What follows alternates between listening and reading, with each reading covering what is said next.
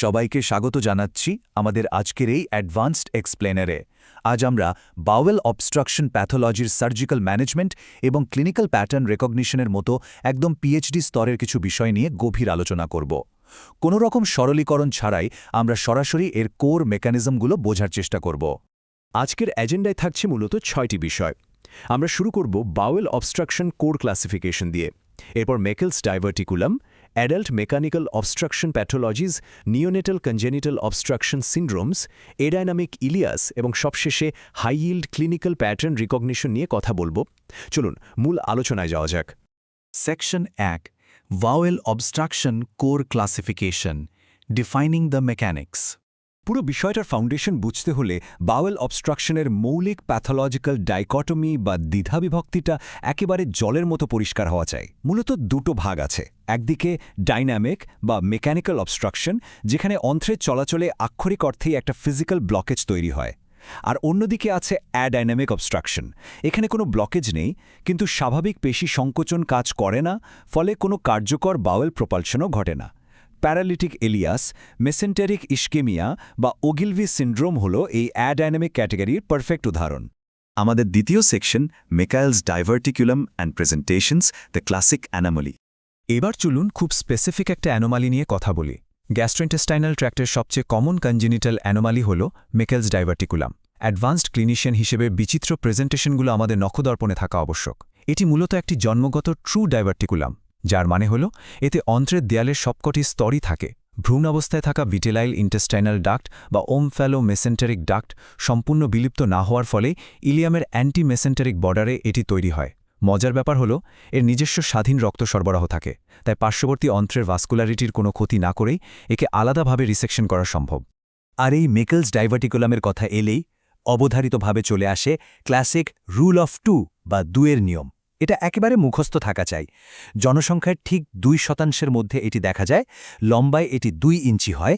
ইলিওসিক্যাল junction থেকে ঠিক 2 foot প্রক্সিমালে এর অবস্থান, এবং এর 20% ক্ষেত্রে গ্যাস্ট্রিক বা প্যাঙ্ক্রিয়াটিক টিস্যুর মতো হেটেরোটপিক মিউকোসা থাকে। খুব চমৎকার একটা মিল, তাই না? এখানে পেডিয়াট্রিক এবং অ্যাডাল্ট প্রেজেন্টেশনের পার্থক্যটা নিখুঁতভাবে বোঝা অত্যন্ত জরুরি। শিশুদের ক্ষেত্রে সাধারণত একটপিক গ্যাস্ট্রিক মিউকোসায় আলসারের কারণে লোয়ার জিআই ব্লিডিং হয়।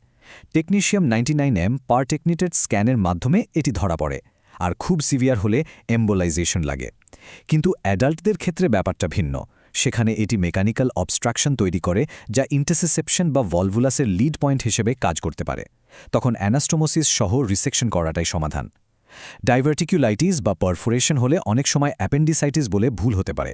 তাই একটা গোল্ডেন রুল হল, অ্যাপেন্ডিসেক্টমির সময় অ্যাপেন্ডিক্স যদি নর্মাল মনে হয়, তবে অবশ্যই ইলিয়ামের শেষ 2 ফুট চেক করতে হবে।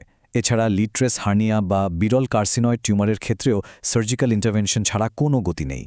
এবার আসছি সেকশন 3-এ, adult mechanical obstruction pathologies, adhesions and extrinsic compressions. প্রাপ্তবয়স্কদের ক্ষেত্রে মেকানিক্যাল অবস্ট্রাকশনের সবচেয়ে কমন কারণগুলো কি? এক কথায় অ্যাডেসিভ ইন্টেস্টাইনাল অবস্ট্রাকশন। এর ইটিওলজি বা কারণগুলোর মধ্যে পোস্ট অপারেটিভ ফ্যাক্টরটাই সবচেয়ে বেশি দেখা যায়। তবে TB, Crohn's disease, pelvic inflammatory disease বা পিআইডি, এন্ডোমেট্রিওসিস এবং রেডিওথেরাপি ফাইব্রোসিসও এর কারণ হতে পারে। পেট ফুলে যাওয়া, বমি, কোষ্ঠকাঠিন্য আর ব্যথা, এগুলোই এর cardinal feature. Investigation of choice হিসেবে অ্যাডাল্টসদের জন্য সিটি স্ক্যান আর শিশুদের জন্য আল্ট্রাসাউন্ড এবং এক্স-রে ব্যবহৃত হয়।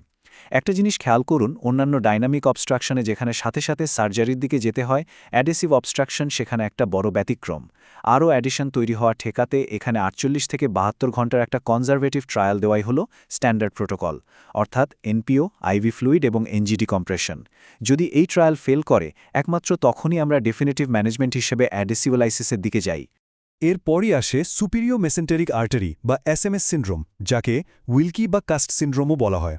ব্যাপারটা হলো, কোনো কারণে মেসেন্টেরিক ফ্যাটপ্যাড কমে গেলে অ্যাওর্টো মেসেন্টেরিক কোণ 22 ডিগ্রি নিচে নেমে আসে, আর তখনই ডিওডেনামের তৃতীয় অংশটা আক্ষরিক অর্থেই 2 রক্তনালীর মাঝে চাপা পড়ে যায়। সাধারণত খুব দ্রুত ওজন কমে গেলে বা স্পাইনাল কাস্টিং করা হলে এমনটা হতে পারে। রোগী খাওয়ার পর পিত্তযুক্ত বমি বা পোস্টপ্র্যান্ডিয়াল বিলিয়াস ভমিটিং নিয়ে আসবে, আর এটা কনফার্ম করার উপায় হল সিটি অ্যাঞ্জিওগ্রাফি। এসএমএস সিন্ড্রোমের ম্যানেজমেন্ট কিন্তু ধাপে ধাপে এগোয়। প্রথমেই সার্জারি নয়, ফার্স্ট লাইন অ্যাপ্রোচ হল এন্টেরাল বা প্যারেন্টেরাল নিউট্রিশনাল রিহ্যাবিলিটেশন দিয়ে ওই হারিয়ে যাওয়া ফ্যাট প্যাড ফিরিয়ে আনা। যদি এই কনজারভেটিভ মেজারে কাজ না হয় তখন আমাদের সার্জিক্যাল অপশনে যেতে হবে। অপশন 1 হল স্ট্রংস প্রসিডিওর, যেখানে ডিওডেনাল ডিরোটেশনের সাথে লিগামেন্ট অফ ট্রেডস কেটে দেওয়া হয়। আর যদি এটাও কাজ না করে তবে সেকেন্ড অপশন হিসাবে ডিওডেনোজেজিনস্টমি করে বাইপাস করাটাই একমাত্র পথ। Section 4 neonatal congenital obstruction syndromes paediatric surgical emergencies. এই পর্যায়ে আমরা অত্যন্ত স্পেশালাইজড কিছু পেডিয়াট্রিক ম্যালফরমেশনে ফোকাস করব, যেগুলো নবজাতকদের ক্ষেত্রে মারাত্মক বাওয়েল অবস্ট্রাকশন তৈরি করে। মেকোনিয়াম এলিয়াস এবং ল্যাডস ব্যান্ড এই দুটোর প্যাথোফিজিওলজি একেবারেই আলাদা। সিস্টিক ফাইব্রোসিসের কারণে যে ঘন বা ইনস্পেসিয়েটেড মেকোনিয়াম তৈরি হয়, রেডিওগ্রাফিতে তা নিউহাউজার সাইন বা সোপ বাবল অ্যাপিয়ারেন্স হিসেবে দেখা যায়। সাথে মাইক্রোকোলন থাকতে পারে। এর চিকিৎসায় গ্যাস্ট্রোগ্রাফিন এনেমা দেওয়া হয়, আর সার্জারি লাগলে বিশপ কোপ প্রসিডিওর। অন্যদিকে ল্যাডস ব্যান্ড হল ফাইব্রোস ব্যান্ডের কারণে ডিওডিনামের কম্প্রেশন, যা ইন্টেস্টাইনাল ম্যালরোটেশন থেকে হয়। সিসিইটিতে বিলিয়াস ভমিটিংয়ের প্রমাণ পেলে দেরি না করে ল্যাডস প্রসিডিওরের মাধ্যমে এই ব্যান্ডগুলো এক্সিশন করাটা খুবই জরুরি। এখন যে পার্থক্যটার কথা বলবো সেটা প্যাথোলজির দিক থেকে খুব গুরুত্বপূর্ণ। হার্শস্প্রুং ডিজিজ হল কনজেনিটাল অ্যাগ গ্যাংলিওনোসিস, অর্থাৎ নিউরাল ক্রেস্ট সেলের মাইগ্রেশন ফেল করার কারণে আওয়ারবাক্স প্লেক্সাসে জন্মগতভাবেই কোনো গ্যাংলিয়ন সেল থাকে না। এটি সম্পূর্ণভাবে একটি ইন্ট্রিনসিক নিউরোক্রেস্টোপ্যাথি। এর সাথে অ্যাকালেশিয়ার কোনো মিল নেই, কারণ অ্যাকালেশিয়া হলো একটি ডিজেনারেটিভ প্রসেস, যেখানে আগে থেকে থাকা স্বাভাবিক গ্যাংলিয়ন সেলগুলো প্যাথোলজিক্যাল কারণে পরে নষ্ট হয়ে যায়। হার্শস্প্রুং ডিজিজের ডায়াগনস্টিক্স এবং অপারেটিভ স্ট্র্যাটেজিটা বেশ ইন্টারেস্টিং। এটি সাধারণত ডাউন সিন্ড্রোম, এমিয়েন সিন্ড্রোম বা জিডিএনএফ মিউটেশনের সাথে যুক্ত থাকতে পারে। ক্লিনিক্যালি দেখলে নবজাতকের মেকোনিয়াম পাস করতে দেরি হলে প্রথমে অ্যানাল ওপেনিং ঠিক আছে কিনা তা চেক করতে হবে। এর ইনভেস্টিগেশন অফ চয়েস হল ফুল থিকনেস রেকটাল বায়োপসি, যেখানে ACHE পজিটিভ আসবে এবং নার্ভ ট্রাঙ্কগুলো হাইপারট্রফাইড থাকবে। বেরিয়াম এনেমা করলে ইমেজিংয়ে পরিষ্কার একটা ট্রানজিশন জোন চোখে পড়বে। সার্জারির ক্ষেত্রে একটা নন নেগোশিয়েবল স্টেপ হল Intra operative fresh frozen section. Anastomosis করার আগে মার্জিনে গ্যাংলিয়ন সেলের উপস্থিতি কনফার্ম করতেই হবে। এরপর সোয়েনসন, ডুহ্যামেল বা সোয়াভের মতো পুল থ্রু প্রসিজার করা হয়। তবে বাউল যদি অতিরিক্ত ফুলে থাকে তাহলে আগে কোলোস্টোমি করে 2 স্টেজ অ্যাপ্রোচে যেতে হয়। আমাদের পঞ্চম section adynamic ileus and mesenteric ischaemia, vascular and motility failures. আমরা যখন অ্যাডেনাইমিক অবস্ট্রাকশনের দিকে তাকাই তখন বুঝতে পারি মেটাবলিক ডিরেঞ্জমেন্ট বা ভাস্কুলার বিপর্যয় কিভাবে অন্ত্রের পেশিগুলোকে একেবারে স্টান বা অকেজো করে দেয়। মেজেন্টেরিক ইস্কিমিয়াকে মূলত 4 ভাগে ভাগ করা যায়। প্রথমত নন অক্লুসিভ মেজেন্টেরিক ইস্কিমিয়া বা নোমি। এটা কনজেস্টিভ হার্ট ফেলিওরের মতো লো কার্ডিয়াক আউটপুট কন্ডিশনে হয়। আইসিইউতে থাকা রোগীদের এই সমস্যা দেখা দিলে মূল চিকিৎসা হল হেমোডাইনামিক্স কারেক্ট করা। দ্বিতীয়ত এসএনভি বা ভিনাস থ্রম্বোসিস, যার পেছনে থাকে ভিরকাউস ট্রায়াড। এক্ষেত্রে এডেমা আর ইস্কিমিয়া হয়, চিকিৎসা হল অ্যান্টিকোয়াগুলেশন। তৃতীয়ত আর্টেরিয়াল এম্বোলিজম, যা মূলত হার্ট বা অ্যাট্রিয়াল ফাইব্রিলেশন থেকে এসএমএতে এসে জমা হয়। এটা কিন্তু শর্ট বাউল সিন্ড্রোমের সবচেয়ে কমন কারণ। রোগী হঠাৎ করে বাওয়েল অ্যাটাক নিয়ে প্রেজেন্ট করে, যার জন্য এম্বোলেক্টমি বা রিসেকশন মাস্ট। আর শেষটি হল অ্যাথেরোস্ক্লেরোসিস জনিত আর্টেরিয়াল থ্রোম্বোসিস, যেখানে খাওয়ার পর রোগীর বাওয়েল অ্যাঞ্জাইনা দেখা দেয় এবং বাইপাস গ্রাফটিং ছাড়া উপায় থাকে না।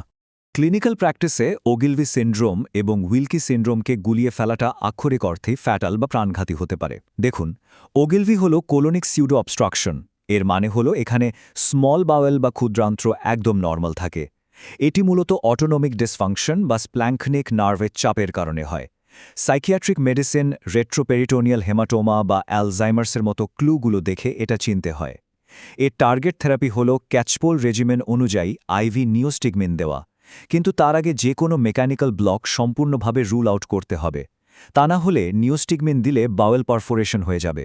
অন্যদিকে উইলকি সিন্ড্রোমের অবস্থান হল ডিওডেনামের তৃতীয় অংশে। ভার্টিব্রাল ফ্র্যাকচার, স্পাইনাল কাস্ট বা র্যাপিড ওয়েট লসের হিস্ট্রি থাকবে।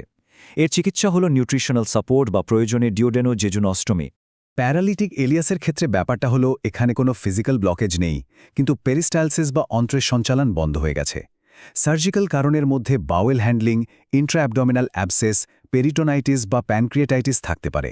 আর নন সার্জিক্যাল কারণ হল হাইপোথাইরয়েডিজম, ইউরেমিয়া বা অ্যানেস্থেটিক এজেন্টের প্রভাব।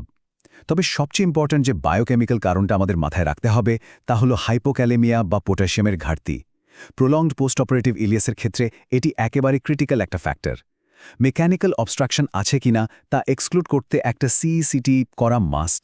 আর যদি এই কন্ডিশন দীর্ঘায়িত হয় তবে টোটাল প্যারেন্টারাল নিউট্রিশন বা টিপিএন শুরু করতে হবে এবং সাথে ইলেকট্রোলাইট ইমব্যালেন্স কারেক্ট করতে হবে। আমাদের শেষ section 6, high yield clinical pattern recognition, the diagnostic synthesis. এতক্ষণ আমরা যেসব জটিল প্যাথোলজি নিয়ে কথা বললাম, বোর্ড লেভেল ইভ্যালুয়েশন বা অ্যাডভান্সড প্র্যাকটিসের জন্য, সেগুলোকে দ্রুত প্যাটার্ন রিকগনিশনের মাধ্যমে সিনথেসিস করতে পারাটাই হলো আসল দক্ষতা। আপনাদের জন্য একটা চমৎকার প্রশ্ন আছে। ধরুন জন্মের পর 24 ঘন্টার মধ্যে নবজাতক মেকোনিয়াম পাস করল না। এই ক্ষেত্রে আপনার প্রাইমারি ডিফারেন্সিয়াল ট্রায়েড কি হবে? এই প্রশ্নের সঠিক উত্তর কিন্তু বলে দেবে শিশুটির ইমার্জেন্সি সার্জারি লাগবে কিনা। এর উত্তর হল হাই yield নিওনেটাল ট্রায়াড। এই 3টি জিনিস সবসময় মাথায় রাখবেন। 1. কনজেনেটাল অ্যাগ্যাংলিওনোসিস বা হার্শস্প্রুং ডিজিজ। 2. Cystic ফাইব্রোসিসের কনটেক্সটে meconium Ilias. এবং 3. Anorectal malformation. এখানে সবচেয়ে ক্রিটিক্যাল ব্যাপারটা হল বেরিয়াম স্টাডি বা ফুল থিকনেস বায়োপসি করারও আগে বেডসাইডেই সবার প্রথম পেরিনিয়াল ইন্সপেকশন করে দেখে নিতে হবে অ্যানাল ওপেনিং ঠিক আছে কিনা। এটা কোনোভাবেই মিস করা যাবে না। এই স্লাইডটি আক্ষরিক অর্থেই একটা লসলেস ডায়াগনস্টিক ম্যাপ। পুরো প্যাথোফিজিওলজির জটিলতাকে আমরা যদি সহজ ক্লিনিক্যাল প্যাটার্নে ফেলে দিই তাহলে ব্যাপারটা কেমন দাঁড়ায়। একটা বাচ্চার লোয়ার জিআই ব্লিডিং হচ্ছে, আপনার ফার্স্ট সাসপিশন হওয়া উচিত ব্লিডিং মেকলস ডাইভার্টিকুলাম। কোনো অ্যাডাল্ট রোগী যার প্রিভিয়াস সার্জিক্যাল হিস্ট্রি আছে সে অবস্ট্রাকশন নিয়ে এলে বুঝতে হবে এটা সম্ভবত adhesive intestinal obstruction. Spinal cast বা ওয়েট লসের পর খাওয়ার সাথে সাথে বমি হলে সেটা SMA বা উইলকি সিনড্রোম। হঠাৎ পরে পেটে প্রচণ্ড ব্যথা সাথে অ্যাট্রিয়াল ফাইব্রিলেশন, এটা অ্যাকিউট মেসেন্টেরিক আর্টারি এম্বোলিজমের ক্লাসিক সাইন। আর নিউরোলজিক্যাল মেডিসিন নেওয়ার রোগীর পেট ফুলে গেলে এবং অবস্টিকেশন থাকলে ধরে নিতে হবে ওগিলভি সিনড্রোম। সব শেষে একটা খুব পাওয়ারফুল কোড দিয়ে শেষ করছি। সার্জিক্যাল প্যাথোলজিতে মাস্টারি কেবল অপারেশন মনে রাখার মধ্যে সীমাবদ্ধ নয়, বরং এটি সেই দ্রুত ও নির্ভুল ক্লিনিক্যাল প্যাটার্ন রেকগনিশনের ওপর নির্ভর করে যা অন্ত্রের অপরিবর্তনীয় নেক্রোসিসকে রুখে দেয়। চিন্তা করে দেখুন, যখন ওয়ার্ডের আপনার সামনে একজন ইমার্জেন্সি রোগী, তখন এই তাত্ত্বিক জ্ঞানগুলোই কিভাবে আপনার ডায়াগনস্টিক অ্যাকুরেসি বাড়িয়ে দেবে। কারণ অনেক সময় অন্ত্র বাঁচানো আর গ্যাংগ্রিন হয়ে যাওয়ার মাঝে ব্যবধান থাকে মাত্র কয়েক মিনিটের। এই চিন্তার খোরাকটা নিয়েই আমাদের আজকের এই অ্যাডভান্সড এক্সপ্লেনার এখানে শেষ করছি। সাথে থাকার জন্য ধন্যবাদ।